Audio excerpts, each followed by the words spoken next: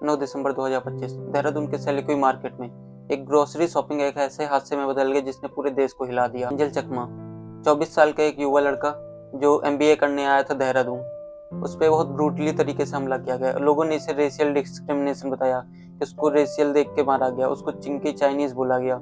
17 दिनों तक जान की लड़ाई लड़ने के बाद एंजल चकमा 26 दिसंबर 2025 को सुबह 7 बजे चल बसा। उसकी मौत ने पूरे देश में racial discrimination, north east Indian की सेफ्टी और एंटी टेररिज्म लॉ पे बहुत गहरी बहस छेड़ दी।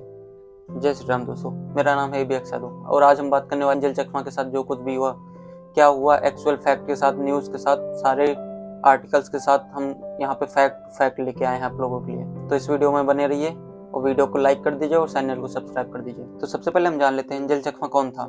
एंजल चकमा एक 24 साल का लड़का था जो मछमारा विलेज उन्नाकोटी डिस्ट्रिक्ट त्रिपुरा में रहता था। वो देहरादून अपनी एमबीए की पढ़ाई करने आया था।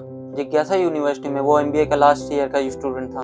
एंजल के पिता बीएसएफ में थे तो वो पूरे देश में घूमता रहता था। इस वजह से वो बहुत ही फ्लेक्सिबल और शांत स्वभाव का लड़का बन गया था। जिन्हें भी वो जानता था वो लोग उसके बारे में बताते कि वो बहुत ही शांत स्वभाव का लड़का था जो किसी से झगड़े वगड़े में कभी नहीं पड़ा। हमले से पहले उसने बहुत बड़ी कामयाबी हासिल की थी। एक फ्रेंच मल्टीनेशनल कंपनी में उसने कॉलेज प्लेसमेंट ही ले ली थी। उसके फ्यूचर प्लान, उसके गोल्स बहुत सेट थे।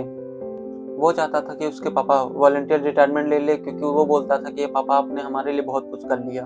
और उसका एक छोटा भाई भी था, माइकल, 21 साल का। वो चाहता था कि उसकी पढ़ाई का सारा खर्चा वो एंजल ही उठाए और पापा को रिटायरमेंट दे दे।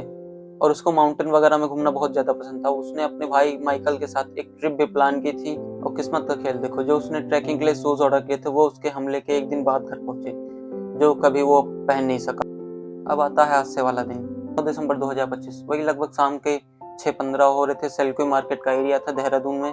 एंजल और उसका छोटा भाई सेलिकोई मार्केट से कुछ ग्रोसरी सामान खरीदने गए थे। वहाँ पे एक रोड साइड कैंटीन थी। वहाँ पे उस कैंटीन के सामने इन लोगों का सामना एक 6 लड़कों के ग्रुप से हुआ। और ये ग्रुप वहाँ पे इकट्ठा इसलिए था क्योंकि एक्यूज्ड में से एक लड़का जो था सूरज खासपास, उसका एक दिन पहले जन्मदिन भी था। तो वो लोग जन्मदिन मनाने के बाद वहीं पे इकट्ठा हुए थे। उन्हीं से एंजल का सामना हुआ।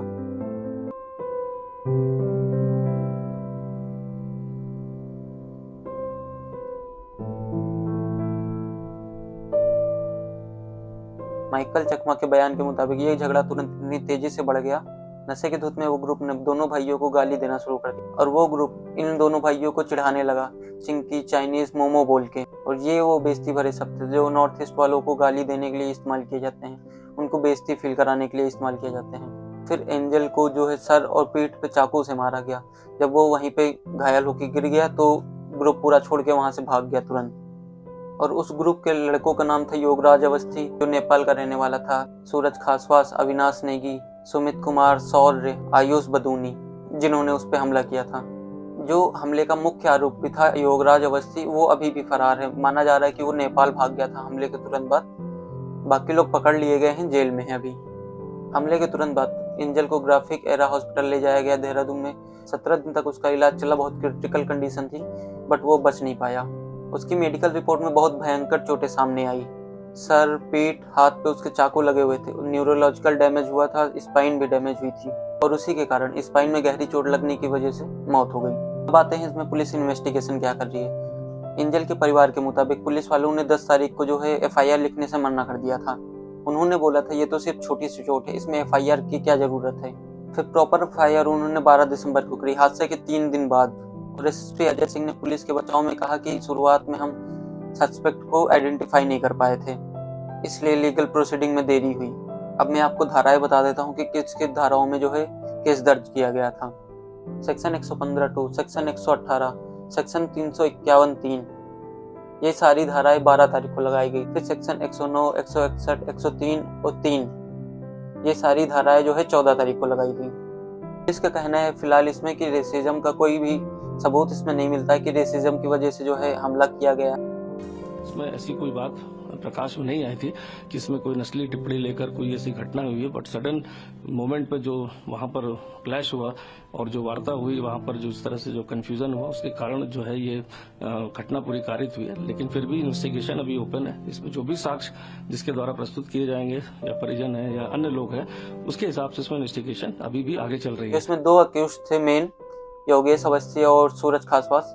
योगेश जो है नेपाल से बिलोंग करता था और सूरज जो है वो मणिपुर नॉर्थ ईस्ट से ही बिलोंग करता था। इस वजह से इसमें रेसिज्म का कोई सवाल नहीं उठता, ऐसा पुलिस का कहना है। तो इसका मुख्य आरोपी था योग अवस्थी, उसका पूरा नाम योगराज अवस्थी है।